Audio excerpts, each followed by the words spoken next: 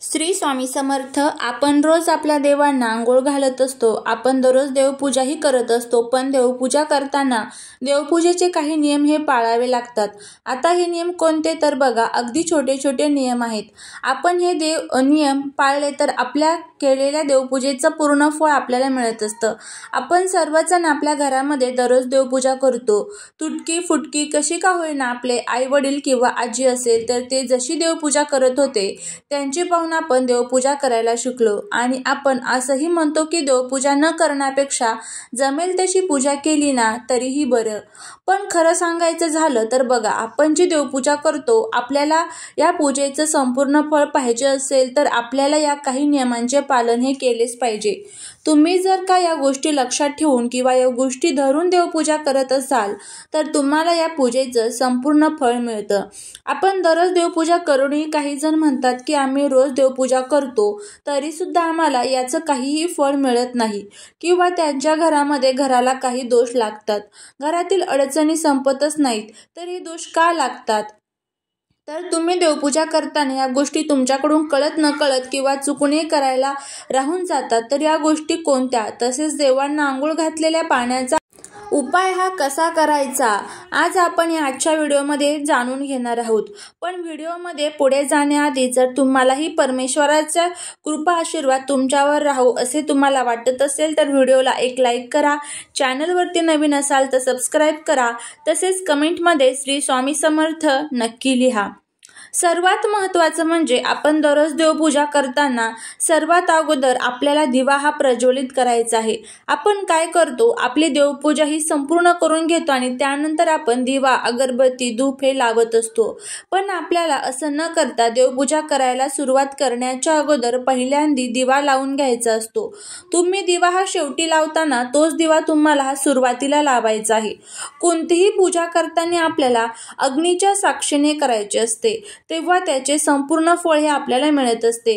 तुम्ही जर काही एक चूक करत असाल तर तुम्हाला आजपासून देवपूजा करताना सर्वात अगोदर तुमचा जो दिवा असेल तर तो अगोदर एका बाजूला लावून घ्यायचा आहे आणि त्यानंतर तुम्हाला देवपूजाला बसायचं आहे. आता कित्येक जण बघा, गावाकडचे लोक असू द्या किंवा भरपूर जण लहान मुलांना देवपूजा करायला सांगतात. काही ठिकाणी आजी आजोबा असतात, ते फक्त देवपूजा करायची आहे म्हणून देवपूजा करतात. परंतु देवपूजा करायला बसताना आपल्याला आसन घेऊन बसायचं आहे. तुम्ही बसाल एक आसन घ्या. तुम्हाला दररोज देवपूजा करण्यासाठी बसायला एक वेगळं आसन तयार करा आणि या आसनावर बसून तुम्हाला देवपूजा करायची आहे. देवपूजा करताना कधीही जमिनीवरती देवपूजा बसून करू नये.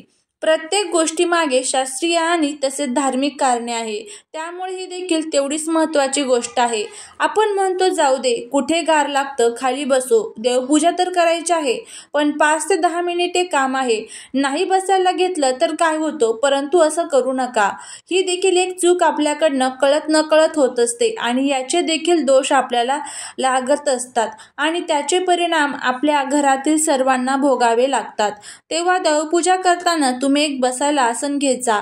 त्यानंतर आपण जेव्हा देवपूजा करतो तेव्हा देवपूजा केल्यानंतर जे देवांना घातलेले आंघोळीचं पाणी असतं किंवा देवांना आंघोळ कशी घालायची बघा, आपण काय करतो, एक भांडं घेतो, एक मोठी कटोरी किंवा एखादं तामण घेतो, त्यामध्ये पाणी भरतो आणि सगळे देव त्यामध्ये बुडवून त्यांना आंघोळ घालत असतो.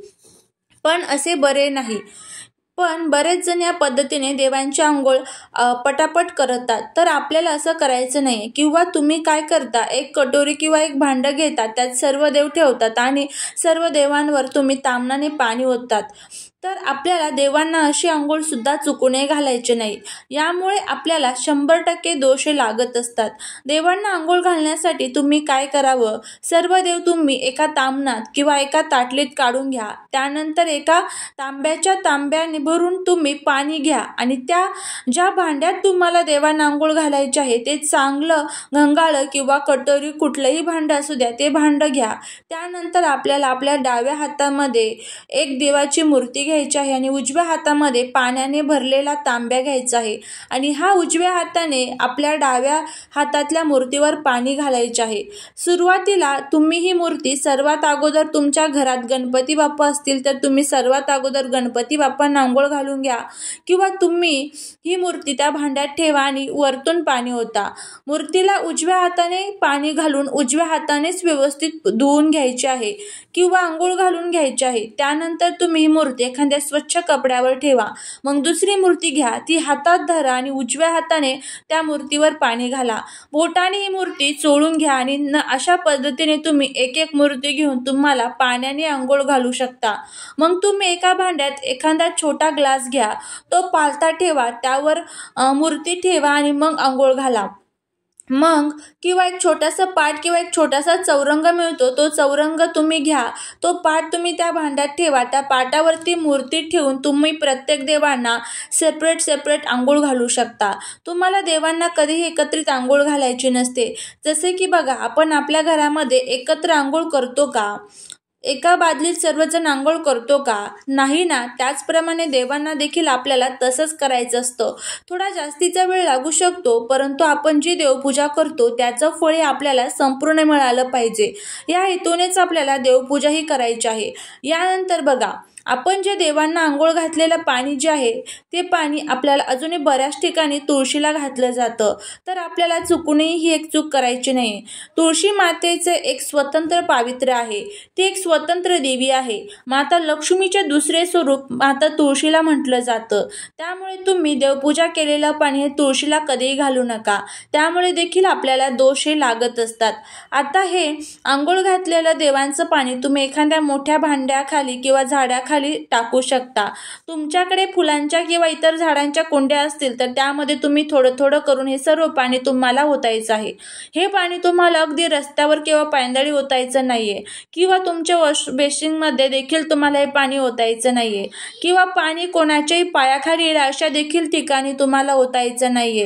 तर हे पाणी आता काही ठिकाणी झाडं नसतील किंवा काही लोक फ्लॅटमध्ये राहत असतील, त्यांच्याकडे झाडं नसतील किंवा कुंड्या नसतील, तर अशा वेळेस त्यांनी त्यांच्या फ्लॅट खाली येऊन तुमच्या इथे आसपास मोठं झाड असतील तर त्या गार्डन असेल तर त्या ठिकाणी मोठ्या झाडांच्या बुडाशी हे पाणी ओतायचं आहे।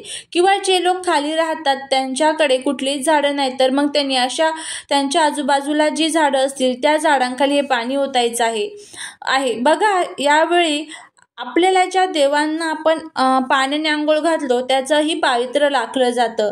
सर्वात महत्त्वाचं म्हणजे देवपूजा करण्यासाठी आपण जे पाणी घेतो ते पाणी कशाचं हवं, कोणतं घ्यायचं, तर बऱ्याच ठिकाणी हे पाणी अंघोळीच्या आधी भरून ठेवतात आणि हे पाणी तुम्ही देवपूजेसाठी वापरतात। तर आपल्याला असं करायचं नाही, तुम्ही अंघोळ करून घ्या, त्यानंतर तुम्ही हे पाणी भरून ठेवायचं आहे। देवपूजेसाठी तुम्ही जे पाणी घेता ना ते पाणी स्वच्छ घ्यायचं आहे, अंघोळ करूनच तुम्हाला ते पाणी भरून ठेवायचं आहे। आता ज्यांच्याकडे पाणी 4-4, 5-5 दिवसांनी येतं, त्यांनी 8-8 दिवसांनी येतं, त्यांनी काय करायचं? मग त्यांनी असं हे पाणी दररोज अंघोळ करून घ्यायचं आहे। आणि बघा, तुमच्याकडे ज्या दिवशी पाणी येतं त्या दिवशी तुम्ही अंघोळ करून हे पाणी एका कळशीत किंवा हंड्यामध्ये तुम्ही स्वतंत्र तुमच्या देवांसाठी तुमच्या देवघरामध्ये एकाच साईडला भरून ठेवू शकता आणि दररोज अंघोळ झाल्यानंतर तुम्ही हे पाणी वापरून तुमच्या देवघरातील देवपूजाही करू शकता। आता ज्यांच्याकडे वरच्या टाक्यांना पाणी असतं ते डायरेक्ट त्यांच्या किचनमध्ये पाणी येत असतं, तर त्यांनी काय करायचं? तर त्यांनी त्यांच्याकडे बघा पर्याय नसतो, त्यांनी काय करायचं? तर त्यांनी अंघोळ झाल्यानंतर सर्वात पहिल्यांदा देवपूजेचं पाणी त्यांनी त्या नळाने पाणी काढून ठेवायचं आहे। तुमच्याकडे जर गंगाजल असेल तर तुम्ही त्या पाण्यामध्ये गंगाजलाचे 2-2 थेंब टाकून त्या पाण्याने तुम्ही देवांना अंघोळ घालू शकता। तर चुकूनही आपल्याला बिना अंघोळीचं देवांसाठी पाणी भरून ठेवायचं नाहीये किंवा पारोशा हाताने तुम्हाला देवपूजेच्या पाण्याला हात लावायचा नाहीये किंवा तुमच्या घरामध्ये तुम्ही जे पाणी भरून ठेवता त्या पाण्याला इतरांनी बिना अंघोळ न करता हात लावला असेल, तेच पाणी तुम्ही जर का देवपूजेसाठी वापरत असाल तर तुम्ही चुकूनही अशी चूक करू नका। त्यानंतर तुम्ही तुमच्या देवघरामध्ये तेलाचा दिवा लावत असाल, तुपाचा दिवा लावत असाल तर तो कुठे लावायचा आहे. तुम्ही जर का तेलाचा दिवा लावत असाल तर तो तुम्हाला देवांच्या डाव्या बाजूला ठेवायचा आहे आणि तुपाचा दिवा लावत असाल तर तो तुम्हाला देवांच्या उजव्या बाजूला ठेवायचा आहे. आपल्या डाव्या हाताला तुपाचा दिवा ठेवायचा आहे आणि आपल्या उजव्या हाताला तेलाचा दिवा ठेवायचा आहे. यानंतर आपण जी देवांना फुलं वाहतो ती फुलं सुकल्यानंतर ती कधीही घरामध्ये ठेवायची नाही. ती लगेच आपल्याला विसर्जित करायची आहेत किंवा तुम्ही एखाद्या झाडाखाली किंवा तुमच्या एखाद्या कुंडीमध्ये तुम्ही ही फुलं खड्डा करून पुरू शकता. म्हणजे बघा याचं निर्माल्य पण होतं आणि याची योग्य ठिकाणी विल्हेवाट देखील लावली जाते. देवांची फुलं आपल्याला कचऱ्यात कधीही टाकायची नाहीत किंवा कुठेही बाजूला फेकायची नाहीत. पायंदळी देखील तुडवायची नाही, त्यामुळे देखील आपल्याला दोष हे लागत असतात. आता देवांच्या बाबतीत जेवढ्या गोष्टी असतील, जेवढ्या वस्तू असतील, आपल्याला त्याचं पावित्र्य राखायचं आहे. अशी ही फुलं तुम्ही घरात सुकवून ठेवू नका किंवा घराच्या आजूबाजूला कुठेही कशीही फेकू नका. थोडासा आपल्याला वेळ लागतो पण ती व्यवस्थित आपल्याला जिथल्या तिथं ठेवायची आहे. यानंतर बघा आपण जे हळदी कुंकू देवांना लावतो तर आता प्रत्येक देवाला हळदी कुंकू लावायचं असतं का, तर नाही. बघा तुम्ही ज्या देवींच्या मूर्तीला हळदी कुंकू लावू शकता. आपल्या देवघरात जर दत्ताची मूर्ती असेल तर त्यांना आपल्याला अष्टगंध लावायचा असतो. त्याचबरोबर बाळकृष्णाच्या मूर्तीला तुम्हाला अष्टगंध लावायचा असतो. गुलाल तुम्ही लावू शकता. आपल्याकडे भगवान शिवशंकरांची पिंड असते तर त्या पिंडीला चुकूनही हळदी कुंकू लावायचं नाही, त्यामुळे भगवान शंकर क्रोधित होतात. आपल्याला कळत न कळत याचे दुष्परिणाम हे भोगावे लागत असतात. आपल्याला भगवान शिवाची तुमच्याकडे जर पिंड असेल तर आपल्याला भस्म लावायचा असतो, चंदन लावायचं असतं. त्याचप्रमाणे आपल्याकडे जर विठ्ठल रुक्मिणीची मूर्ती असेल तर आपल्याला विठ्ठलाच्या अबीर-बुक्का किंवा अष्टगंध लावायचा असतो. रुक्मिणीच्या मूर्तीला हळदी कुंकू लावायचं आहे. अशा ज्या छोट्या छोट्या गोष्टी आहेत त्या गोष्टींचं आपल्याला पालन करायचं आहे. स्वामींची मूर्ती असू द्या तर देखील त्याला हळदी कुंकू कधीच लावायचं नाही. तर अशा छोट्या छोट्या गोष्टींचं पालन आपल्याला देवघरामध्ये करायचं आहे. त्याचप्रमाणे आपण धूप अगरबत्ती लावतो. आता याचीही शिल्लक राहिलेली राख असते. आता ती राख सुद्धा तुम्ही काही जण काय करता, झाडू मारता आणि सुपलीत भरून घेता तर कचऱ्यात ती टाकता. तर अशा चुका चुकूनही करायच्या नाही. तर ती धूप लावलेली जी राख आहे तर तुम्ही एका ठिकाणी गोळा करा किंवा मग लगेच तुमच्या जर एखादं झाड असेल आजूबाजूला, कुंडी असेल तर त्यामध्ये तुम्ही ती टाकू शकता, जेणेकरून त्याची योग्य विल्हेवाट देखील लावली जाते. त्याचप्रमाणे देवांना कधी शिळी फुलं आपल्याला अर्पण करायचे नाहीत. आता काही वेळेस आपण फुलं आणतो आणि ती फ्रीजमध्ये ठेवतो. दुसऱ्या दिवशी ती फुलं वाहतो. फ्रीजमध्ये ती फुलं ताजी राहतात, त्यामुळे तशी फुलं वाहिली तर चालतं. पण कधी कधी सुकलेली फुलं आपल्याला देवांना अर्पण करायची नसतात. त्याचप्रमाणे आपल्याकडून फुल जर का जमिनीवर पडलं तर ती फुल देखील आपल्याला कधीच देवांना व्हायची नाहीत. ती फुलं तुम्ही बाजूला टाकून देऊ शकता. त्याचप्रमाणे बघा तुटलेली खराब फुलं सुद्धा किंवा वास घेतलेली फुलं चुकूनही आपल्याला देवांना व्हायची नाहीत. कारण बघा काही ठिकाणी असं असतं की लहान मुलं असतात, फुलं आणली की त्यांना फुलांचा वास घ्यायची सवय असते आणि आपण काय करतो की तीच फुलं देवांना वाहतो. तर चुकूनही आपल्याला असं करायचं नाही. फुल वाहताना ते कधी हातात घेऊन व्हायचं नसतं. आपल्याला फुलं एका ताटलीत घ्यायची आहेत आणि त्यानंतर ती एक करून सर्व देवांना फुलं व्हायची आहेत. तर अशा बऱ्याच छोट्या छोट्या गोष्टी आहेत त्या आपण कळत न कळत आपल्याकडनं ह्या घडत असतात आणि त्यामुळे त्याचे जे दोष आहेत तर ते आपल्याला लागत असतात. आता आपल्याला देवपूजा करायला बसायला आसन घ्यायचं आहे. मी तुम्हाला सुरुवातीस सांगितलं. आता काहीच मंदिरामध्ये हे जागो अभावी तर टांगलेलं असतं किंवा उंच असतं, तर उभे राहून देवपूजा करावी लागते. मग तुम्ही म्हणाल की आता उभे राहून देवपूजा करायची, मग बसायला आसन कसं घ्यायचं, तर तुम्ही काय करायचं, तुम्ही तुमच्या पायाखाली आसन घ्या. तुम्ही जमिनीवरती थांबून देवपूजा करू शकता. पायाखाली ठेवायला आसन घ्या आणि मग देवपूजा करा. दुसरी गोष्ट म्हणजे तुम्ही देवघरात जो दिवा लावतो तो दिवा तुम्हाला कधीही जमिनीवर ठेवायचा नसतो. मग तो दिवा कशाचाही असो, तो दिवा तुम्हाला एखाद्या प्लेटमध्ये ठेवायचा असतो. आणि कारण दिवा जर जमिनीवरती ठेवला तर आपली जी सेवा आहे तर ती जमिनीला म्हणजे धरती मातेला समर्पित होत असते. तर अशा पद्धतीने आपण संपूर्ण देवपूजेचे जे नियम आहेत तर ते बघितलेले आहे. आणि ह्या चुका आपल्याकडनं होतात, त्यामुळेच दररोज देवपूजा करूनही तुम्हाला फळ मिळत नाही. त्यामुळे ह्या चुका टाळा. बघा नक्कीच तुम्हाला त्याचे जे फायदे आहेत तर ते होतील. झालेली सेवा महाराजांच्या चरणी रुजू करते. श्री स्वामी समर्थ.